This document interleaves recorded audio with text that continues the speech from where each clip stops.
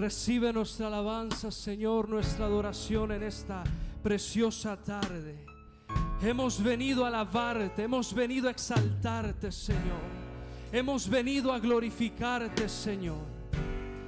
Tu Espíritu Santo habita en medio de nosotros y tú, Señor, estás en medio de nosotros, Señor.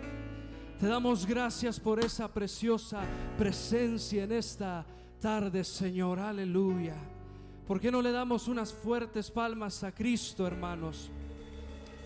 Te alabamos, Señor Jesucristo, y exaltamos su nombre. Amén, hermanos.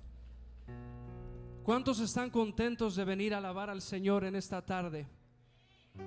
¿Cuántos están contentos de estar en la casa del Señor? Porque es un privilegio, hermanos, poder congregarnos. Este privilegio de congregarnos ha sido un gran privilegio desde los primeros siglos del pueblo cristiano. Amén. Y estamos contentos, hermanos, de la oportunidad que nos dan de poder venir a compartirles una palabra, creemos, de parte de Dios, porque en sí la palabra de Dios es útil para enseñar y para corregir, para redarguir, ¿verdad? Instruir en justicia. El pastor no pudo estar con nosotros esta tarde, pero les envía un saludo. Y bueno, siempre está con nosotros, ¿verdad? Su corazón aquí en esta obra que el Señor le ha encargado, ¿verdad? Que atienda. Y ha sido de gran bendición para nosotros. Bueno, y en esta tarde pues me ha tocado el privilegio de poder compartir con ustedes. Yo creo que, bueno, el Señor ha traído un tema muy especial que ya ha estado surgiendo de hace algunas semanas ya, y quiero compartirlo con ustedes. Puede tomar asiento en esta tarde en lo que me acomodo aquí. Aleluya, Señor, te damos gracias. Bendecimos tu nombre y exaltamos tu nombre, Señor. Gracias, Jesucristo, te adoramos, Señor. Quiero pasar, hermanos, a una porción en las Escrituras de la cual aprendemos mucho, y quisiera su atención para que usted pueda recibir esta palabra y la lleve y la atesore en su corazón, porque la palabra es de Dios, hermanos, no es nuestra. Nosotros solamente repetimos lo que ya está escrito y enseñamos lo que ya está escrito. Amén. Pero la palabra es del Señor, y en esta tarde me gustaría que me acompañaran a Primera de Tesalonicenses en el capítulo 4, y vamos a iniciar en el versículo 16. Ahí vamos a leer unos cuantos versículos esta tarde, pero vamos a arrancar del verso 16 en adelante. Nuevamente repito, Primera de Tesalonicenses capítulo 4, verso 16. Y dice así en el nombre del Señor. Dice: porque el Señor mismo, con voz de mando, dice, con voz de arcángel y con trompeta de Dios, descenderá del cielo. Saben, hermanos, no sé si ustedes recuerdan el acto previo a la llegada del Espíritu Santo en el día del Pentecostés, que Jesús se le estuvo apareciendo a sus discípulos durante 40 días, ¿verdad? Hablándoles acerca de las cosas del reino. Él se les aparecía, y en una de esas apariciones, bueno, Jesús es ascendido a los cielos. Y estos hombres que estaban ahí miran cómo Jesús fue ascendido a los cielos, y ellos le miraban, pero de repente las nubes cubrieron al Señor y ya no le pudieron ver. Y luego dice la Biblia que se les aparecieron dos ángeles, bueno, dice dos varones de vestiduras blancas, el cual le decía a estos: así como le han visto ascender, así como le han visto subir, les decía, así también le verán descender, así también le verán bajar. Y bueno, el Señor dice en su palabra que Él descenderá desde los cielos. Y luego dice seguimos leyendo ahí, dice, y los muertos en Cristo resucitarán primero. Luego dice el versículo 17, luego nosotros, los que hayamos aquí quedado, los que aún estemos para ese gran evento, dice, seremos arrebatados juntamente con ellos en las nubes. Y dice que recibiremos al Señor en el aire. Dice la Biblia que seremos arrebatados juntamente con ellos, los muertos en Cristo, para recibir al Señor en el aire. Y luego dice algo muy precioso, y así estaremos siempre con el Señor. Hermanos, no habla de un breve tiempo, no habla ya de algunos cuantos siglos. La Biblia dice que ya estaremos por una eternidad con nuestro Señor Jesucristo. ¿Cuántos esperan llegar el día en que estemos en esa eternidad con nuestro Señor Jesucristo? Saben, hermanos, cuando yo miro esto, cierto, vemos estos pasajes que hablan de la venida de Cristo, de su segunda venida, ¿verdad? No como los judíos que aún esperan la primera, bueno, esperan al primer Salvador, al primer Mesías. Pero nosotros ya hemos visto que Jesús vino a morir por nuestros pecados hace más de 2000 años, y Él promete regresar. Y estos versículos hablan de esa venida de Jesucristo. Y claro está, ¿verdad? Así como la novia espera al esposo, también la iglesia, siendo esa novia, debe esperar a Cristo siendo ese esposo. Amén. Y dice, y sigue leyendo, y dice en el versículo 18, por tanto, dice, aliéntense, alentaos, dice, los unos a los otros con estas palabras. Vamos a orar en esta tarde para poner esta palabra en las manos del Señor. Gracias, Señor, te damos por esta preciosa tarde que nos das para poder escuchar tu palabra.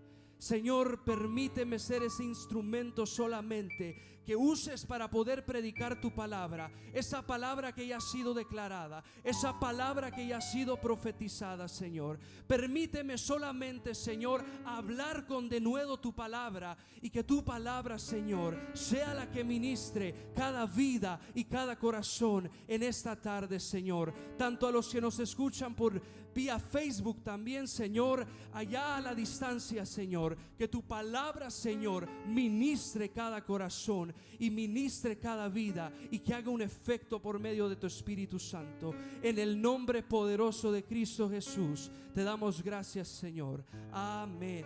Saben, hermanos, este pasaje de las Escrituras es un notable pasaje si nosotros nos detenemos a pensar en este hecho. La Biblia dice que Jesús regresará por segunda vez. Y hermanos, esto a veces es difícil de asimilarlo, es difícil de entenderlo. Saben, este tema ocurrió porque ya hace algunas semanas, como ustedes saben y como les he compartido antes, yo tengo un trabajo con el que trabajo con diferentes personas, y conozco a diferentes personas. Y en una ocasión, hace como alrededor de 3 semanas, me tocó hablar con una persona a la cual iba a ir a hacer un trabajo. Y bueno, me tocó compartirle el evangelio, y estuvimos hablando un poco esa tarde. Y bueno, ella también, ¿verdad? Estuvimos dialogando, y ella me decía que le gustaba mucho el libro de los Salmos, que era uno de sus mejores libros. Y bueno, no leía, dice, mucho la Biblia, pero los Salmos sí me gustan mucho. Y bueno, seguimos, cada quien tomó su papel y cada quien hizo lo que tenía que hacer. Yo seguí trabajando, pero luego se acerca ella a mí en el transcurso de ya casi para terminar. Ella se acerca a mí y me dice: Israel, te tengo una pregunta, me dice. ¿Tú de qué denominación eres? Y bueno, le digo, yo soy de Cristo, le digo. Y ya me dice, bueno, pero ¿Eres protestante? Me dijo. Bueno, le digo, si me quieres acomodar ahí, bueno, acomódame ahí. Soy protestante, le digo. Pero bueno, soy hijo de Dios. y ya me dice, te hago esta pregunta porque quiero saber, dice, si tú crees en el rapto. Y yo inmediatamente le respondí y le dije, sí, sí creo. Y ella me decía, ¿por qué estás tan seguro? Sabes, me dice, porque hermano, yo no la había calado todavía, pero era una mujer muy sabia. Era una mujer que conocía algunas cositas y quería como tentar, quería como andar ahí viendo a ver cómo me hacía, cómo me confundía. Pero bueno, yo le digo, cuando ella me dice, ¿por qué estoy tan seguro de creer en el rapto? Y yo le digo, es que, bueno, primeramente porque mi espíritu está conviccionado, le digo. Y si mi espíritu está conviccionado, nada me puede mover, hermanos, porque cuando uno está conviccionado en la palabra de Dios, nada nos puede mover. Jesús dijo, mis ovejas me conocen y yo las conozco y nada las apartará de mí. Cuando, hermanos, hay una convicción en nuestra vida, nada nos puede apartar de la palabra de Dios. Aunque nos quieran sacudir un poquito y aunque a veces nos quieran tentar, aunque a veces quieran contradecir la palabra de Dios y querer poner a prueba nuestra fe, cuando hay una convicción, nada, hermano, nada podrá quitar eso de nuestra vida. Uno, le dije, porque esa es una convicción la que tengo y mi espíritu está conviccionado. Y la otra, le digo, porque la palabra de Dios lo enseña. Y si la palabra de Dios lo enseña, le dije, pues yo lo creo. Y bueno, y así quedó. Y yo no sé si la convencí o no, porque ese no es mi trabajo. Mi trabajo es predicar el evangelio, hablar de las virtudes del Señor, y el Espíritu Santo es el que convence de pecado, justicia y de juicio. Amén. Uno nomás hace la tarea de ser ese instrumento para que la palabra de Dios, ese portador de la palabra de Dios. Y bueno, yo no sé si se quedó convencida o no, ya no me ha hablado, pero yo tampoco, no me convenció ella. Yo sigo creyendo en lo que la palabra del Señor me dice. Pero hermanos, me fui con esto porque quiero enfocarme en lo que dice ese verso 17, que dice, luego nosotros los que vivimos, los que hayamos aquí quedado, dice, porque antes hablaba de los muertos en Cristo que serán resucitados, dice, los que hayamos aquí quedado, enseguida seremos arrebatados juntamente con ellos en las nubes para recibir al Señor en el aire. Saben, hermanos, esta palabra arrebatados es traducido del griego y significa arrancar. Habrá un día, hermanos, en la tierra, persona nueva que nos escucha o hermanos que nos escuchan, habrá un día en la tierra que el hombre, las tumbas, las personas que están en las tumbas serán arrancadas de ese lugar, y los que estemos aquí también seremos arrancados para encontrarnos con nuestro Señor y Salvador. Pero hermanos, a veces suena esto un poco raro el escuchar y es difícil de asimilar, porque ¿cuántos no han hablado del arrebatamiento? Hermanos, si Jesús habló del arrebatamiento y Jesús habló del fin del siglo, donde Él establecería su reino, hermanos, eso lo habló hace más de 2000 años. Y en el momento que Jesús se fue de la tierra, el momento que Jesús es ascendido a los cielos, desde ese momento el hombre empezó a vivir en los últimos tiempos. Hermanos, imagínense toda esa espera de tantos siglos, esperando la promesa de nuestro Señor Jesucristo, que dice que Él regresará por su iglesia, que Él regresará por esa novia. Esperando estamos al Señor, y debemos de estarlo esperando, porque esa debe ser nuestra esperanza. Porque si no esperamos a Cristo, entonces su vida como cristiano ha sido en vano. Esperamos a Cristo y esperamos su promesa. Pero esta es la gran pregunta que se hace todo el mundo, y aún los cristianos se hacen esta pregunta: ¿cuándo será? ¿Cuándo? ¿Falta mucho? ¿Falta poco? ¿Será en breve? ¿Faltarán todavía algunos años? Pues quiero enseñarles esta palabra que también le hicieron sus discípulos. Quiero que me acompañe a Mateo 24, muy conocido por todos nosotros. El Evangelio de Mateo, el capítulo 24, dice la Biblia en el verso 1: cuando Jesús salió del templo y se iba, se acercaron sus discípulos para mostrarle los edificios del templo. Respondiendo él, les dijo: ¿veis todo esto? Mirad todo esto, mírenlo. De cierto os digo que no quedará piedra sobre piedra que no sea derribada, dijo Jesús. Y luego sus discípulos, estando él sentado en el monte de los olivos, los discípulos se le acercaron aparte. Nótense cómo los discípulos se acercan a Jesús aparte. Noten cómo se fueron más a privado con el Señor y le hacen esta pregunta: dinos cuándo serán estas cosas y qué señal habrá de tu venida y del fin del siglo. Saben, los discípulos, hermanos, estaban destinados y estaban guiados hacia esta doctrina por las enseñanzas de Jesús y de los antiguos profetas. Entonces los discípulos eran guiados a creer en este fin de la era o el fin del siglo que habla las Escrituras, o que hablaba Jesús en aquel entonces. Pero ellos le preguntaban a Jesús que cuándo sería esto. Y Jesús le responde. Si vemos el versículo 4, seguimos la lectura. Respondiendo Jesús les dijo: mirad que nadie os engañe, porque vendrán muchos en mi nombre diciendo: yo soy el Cristo, y a muchos se engañarán. Y oiréis de guerras y de rumores de guerras. Mirad, dice, no os turbéis, porque es necesario que todo esto acontezca. Pero aún, decía Jesús, no es el fin, porque se levantará nación contra nación y reino contra reino, dice, y habrá hambres y terremotos en diferentes lugares. Y dice el verso 8: y todo esto será principio de dolores. Entonces os entregarán a tribulación y os matarán, y seréis aborrecidos por todos los hombres, todas las gentes, por causa de mi nombre.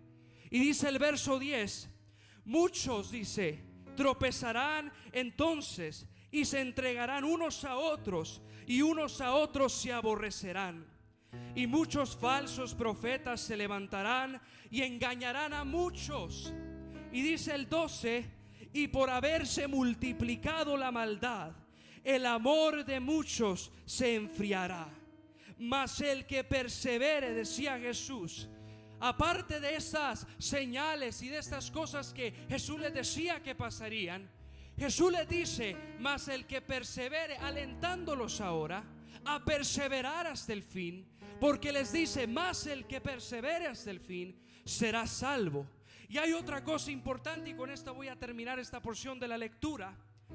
Dice: y será predicado este evangelio del reino en todo el mundo para testimonio, dice, a todas las naciones. Entonces, es ahí entonces cuando vendrá el fin. Y estas fueron las palabras de Jesús. Los discípulos tal vez esperaban otro tipo de respuesta. Tal vez los discípulos esperaban que Jesús les diera tiempo, hora, fecha. Pero no fue así. Solamente los dejó con eso, y los discípulos creen en eso. Entonces, hermanos, durante todos los siglos ha sido la esperanza del cristiano. Ha sido la esperanza de todos nosotros. Es un día ver al Señor en las nubes. Un día, hermanos, esperar con ansias ese día, porque debemos de estarlo esperando. Y no se trata de egoísmo. Hay muchos que me han dicho: cristianos, Israel, todavía falta mucho, pero hay mucha gente que no se ha arrepentido. Espérate, ¿por qué piensas así? ¿Por qué ya quieres que Cristo venga? Si hay muchos aún que no conocen a Cristo, no seas egoísta. Y les digo: pero Jesús dice que no será el fin hasta que la palabra sea predicada. Nadie va a poder llegar al cielo y decir: a mí nunca me han hablado de ti, nunca me hablaron de Jesús, porque la palabra ha sido esparcida por todas partes hasta los últimos confines de la tierra. Porque cuando recibieron el Espíritu Santo, en el libro de los Hechos 1:8 dice: recibiréis poder, y para ser testigos en todo el mundo. Por eso iba a ser ese poder, para testificar a Cristo. Y ahora, hermanos, estos métodos que se usan por medio de internet, por medio de Facebook, las cámaras, la radio, hermanos, ahora nosotros abarcamos a muchas más gentes que las que abarcaron los primeros cristianos en los primeros siglos. Ellos se enfocaban a ciertos grupos porque no tenían lo que ahora tenemos. Pero ahora, hermano, por medio de estos medios llegamos a muchos lugares. Ahora el evangelio, hermano, hasta en los pueblitos más abandonados es conocido, porque todos andan usando ahora sus teléfonos, smartphones, sus teléfonos inteligentes. Y ahora sí, hermanos, así se esparce el evangelio y llega a más lugares. Y ahora es predicado más. Pero no se trata de egoísmo, no se trata de pensar solamente en nosotros. La iglesia dice en Apocalipsis: debe estar, Señor, sí Señor, ven pronto. Sí Señor, regresa pronto. Ese debe ser el clamor de la iglesia. Y si no es el clamor suyo y el clamor mío, entonces es preocupante, porque estamos apegados a la tierra, cuando la Biblia dice que somos peregrinos, solamente venimos de paso a esta tierra. Nada es nuestro, nada es nuestro. Hoy en la mañana en la radio compartía del joven rico que tenía muchas posesiones, y él preguntaba acerca de la vida eterna a Jesús cuando le dijo: ¿qué puedo hacer para obtener la vida eterna? Y Jesús, ¿verdad?, fue cuando le dijo: pues si quieres ser perfecto, vende todo y dalo, repártelo. Y bueno, no le gustó porque tenía muchas posesiones, dice la Biblia. Pero a veces nos apegamos tanto a este mundo que el cristiano debe saber que este no es su hogar. Dice que no hagas tesoros en la tierra, dice: haced tesoros en el cielo, porque donde está vuestro tesoro, ahí está vuestro corazón. Ese debe ser nuestro objetivo. Claro, hay que seguir trabajando, porque tampoco nos vamos a morir de hambre, ¿verdad? Mientras esperamos hay que seguir trabajando para vivir cómodamente. Tampoco hay que agarrarlo al otro extremo, esperar a Cristo en una silla y que nadie, todo el mundo dé vueltas. No. Debemos de ser inteligentes y sabios y esperar al Señor, claro, trabajando, pero saber que no es este no es nuestro lugar. El reino de Cristo no se establecerá en este lugar hasta que haya venido Él, hasta que haya venido por su iglesia, esa iglesia que le espera. Por eso este no es nuestro lugar, es temporal. Y cuando entendemos que venimos de paso a este mundo, aún, hermano, ni la muerte nos sorprende, aún ni a la muerte le tenemos miedo, porque, hermanos, dice la Biblia que seremos resucitados de entre los muertos y recibiremos al Señor en el aire. Si usted se muere antes de que Cristo venga, hermano, ¿cuál es el problema? De todas maneras, tanto los muertos como los vivos esperamos la venida de Cristo y ser levantados. Es el objetivo, es el propósito. No más que unos ya están en reposo, unos ya están descansando, unos ya están en un lugar tranquilo, mientras uno acá se sigue pegando unos tirotes, no en el trabajo, pero unos ya están en ese reposo, unos ya están en esa tranquilidad, solamente esperando a ser levantados por nuestro Señor Jesucristo. Y allá nos encontraremos en las nubes con los que se nos han adelantado, así dice la palabra de Dios, para recibir al Señor en el aire. Pero, hermanos, esto es importante que así lo veamos, porque es así, por ejemplo, como cuando tomamos la cena del Señor.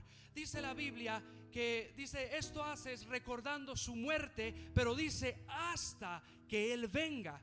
Porque de esto se trata la comunión, de esto es la Santa Cena. Es de esa comunión de recordar la muerte de Jesucristo. Pero no nomás recordamos la muerte de Jesucristo, sino también recordamos la promesa de que Él va a regresar, de que Él regresará, hermanos, de que Él estará con nosotros. Y así, hermanos, como en aquel tiempo los hombres que estaban mirando a Jesús, que era ascendido a los cielos, también, hermanos, un día día le verán bajar del cielo, le verán descender, y todo ojo le verá, toda lengua confesará, y toda rodilla se doblará y confesará que Jesús es el Señor de señores y el Rey de reyes por los siglos de los siglos. Porque, hermanos, así como le hemos visto, así como le vieron subir, así también le verán bajar. Yo no lo digo, lo prometió Jesús. Él prometió volver y Él prometió regresar,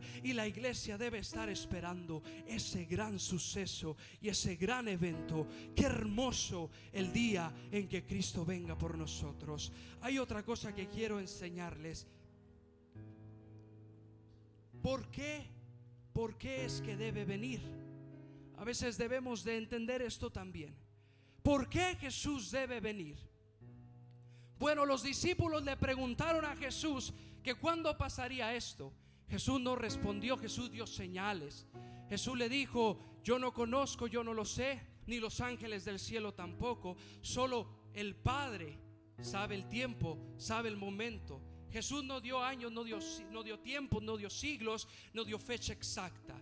Pero dice la Biblia, por eso dice: velad pues, porque no sabéis el día y la hora en que el Hijo del Hombre ha de venir. Por eso, hermanos, es ese momento donde nosotros estamos esperando. Y cuidado, hermanos, dice: el que tenga su ropa limpia, sígalas lavando, sígase purificando. Porque, hermanos, debemos de estar velando para el día en que Cristo venga por nosotros. Hermanos, esto no se debe olvidar. Aunque han pasado siglos, aunque han pasado años de que Cristo prometió regresar, Él lo hará cumplir. ¿Por qué? Porque, hermanos, el regreso de Cristo es necesario por sus afirmaciones. Si leemos el Mateo 25 en el versículo 31, podemos ver cómo dice: cuando el Hijo del Hombre venga en su gloria y todos los santos ángeles con Él, entonces dice, se sentará en su trono de gloria. Y dice: y serán reunidas delante de Él todas las naciones del mundo. Hermanos, todas las naciones serán reunidas delante de Él. Hermanos, Jesús debe cumplir con su palabra. Jesús debe hacer esta palabra. ¿Y por qué es tan necesario que Jesús venga? ¿Por qué es que la iglesia debe estar ansiosa por la llegada de Cristo? ¿Por qué es que en el libro de Apocalipsis o en el libro de Revelación la Biblia nos enseña que debemos estar clamando la venida de Cristo? Les voy a dar ese punto especial.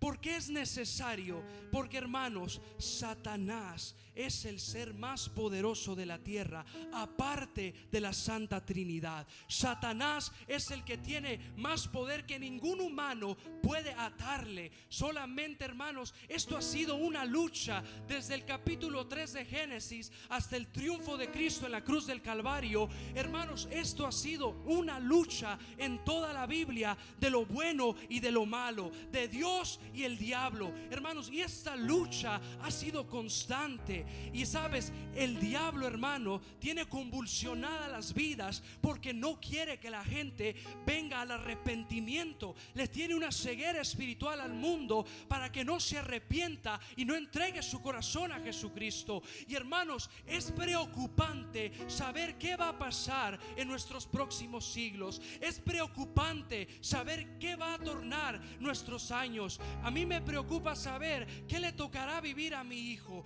En qué, hermanos, saben, ahora también compartía esto en la mañana. Antes era más brutal el castigo a alguien, por ejemplo, que cometía adulterio. Se le apedreaba a esa mujer, hermanos, y ahora se le aplaude a esa mujer. Ahora se le aplaude a ese hombre, cuando antes se le tiraban unas piedronas por ser adúltera o por ser adúltero, hermanos. Y también si robabas te cortaban las manos. Pero vemos cómo, hermanos, eso ha ido disminuyendo. Vemos cómo ahora el pecado está tan light.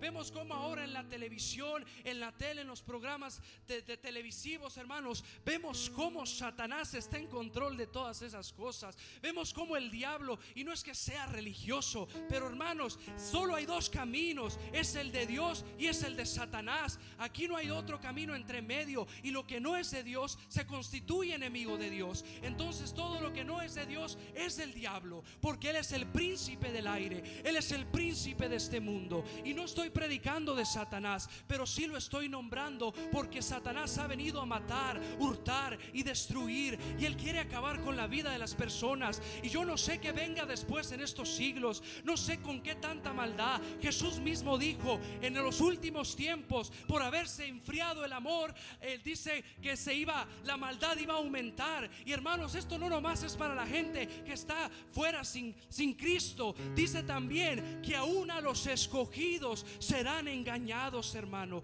Aún los escogidos. Ya estamos hablando del rebaño de Cristo. Ya estamos hablando de ese pueblo cristiano, esos que han sido predestinados desde el vientre de su madre. Hermanos, estamos hablando de los escogidos. Esto, hermano, viene y va de mal en peor. Yo no sé usted, hermano, pero Cristo debe venir, porque este mundo no sabemos a qué va a ir avanzando. Ya no se sabe qué es lo que se va a ver. Ya está preocupante lo que viene a este mundo. Y debemos por eso estar aclamando, porque Satanás sigue con sus artimañas para destruir al hombre, para acabar con la humanidad. Porque él solamente tiene un objetivo, y él ha sido diablo por muchos años. Él sabe lo que hace, déjenme les digo. Y él tiene un objetivo solamente: es destruir, hermanos, las almas. Él quiere destruir las almas. Mas Cristo por eso ha venido, para salvarlas, para rescatarlas y deshacer las obras de Satanás. Pero por eso debemos estar clamando a Cristo y decirle: sí, Señor, ven pronto. Y la iglesia clamar: sí, Señor, ven pronto, regresa pronto. Porque vienen tiempos, hermanos, como hasta dice: ay de las que estén encinta, ¿verdad? Hay cuidado, hermanos, porque viene persecución. Muchos pensaron que este año iba a venir Cristo. Bueno, hermano, dice la Biblia que no hay peor ciego que el que no quiera ver. Y las señales están puestas a la mesa. Jesús dio las señales. Y el que no quiera ver, hermanos, es porque no quiere ver. Cristo está a la puerta. Yo no les digo cuándo viene, porque no lo sé, pero sí sus señales, hermanos, anuncian la venida y la llegada de nuestro Señor Jesucristo. Y ya voy a estar por terminar, hermanos. Ya casi voy a concluir con esto.